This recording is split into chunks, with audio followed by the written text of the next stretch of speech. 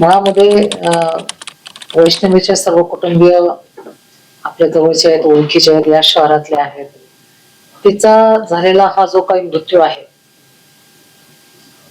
तो नैसर्गिक वाटत नाही किंवा ती आत्महत्या करेल असं वाटत नाही. कारण की ज्या प्रकार म्हणजे जे सगळे व्हिडिओ वगैरे आपण बघतो, व्हिडिओ बघितल्यानंतर ती किती आनंदी होती.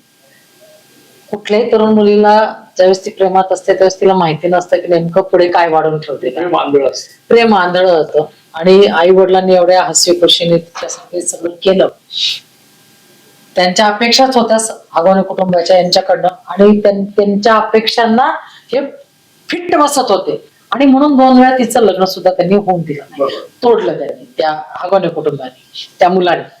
आणि हिला असं वाटलं की मुली कसं असतं की थोडस प्रेमाने बोलत आहे त्यांना वाटतं अरे वा आपला खूप प्रेम करतो.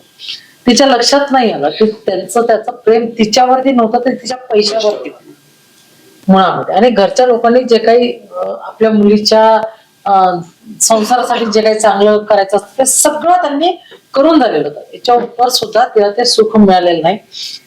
मी यामध्ये तुम्हाला सांगेल की जे काही सोकॉल त्याची आत्महत्या म्हणून आता जे काही नोंदवलं गेलेलं आहे, कालांतराने ते पुढे येईलच.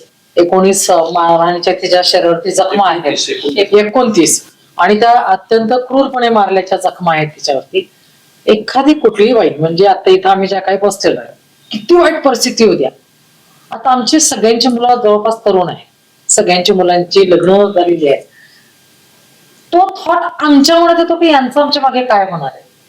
तुम्हाला असं म्हणायचंय की ते गळफास लावून देतात तिला जे 9 महिन्याचं बाळ आठवलं नसेल, प्रसंग सुद्धा आठवत धाडच नाही होत झालं असेल तिचं.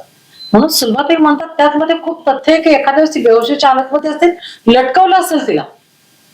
कारण की आपल्या मुलाकडे बघितलं माझ्या नंतर याचं काय, माझाच एवढा छळ आहे, तिचं एवढा छळ होत होता, त्या बाळाचं काय हे तिला नक्की जाणवलं असेल. आणि म्हणून तिची आत्महत्या आहे की हत्या आहे याच्यावर खरं पोलिसांनी जास्त तपास करायला पाहिजे.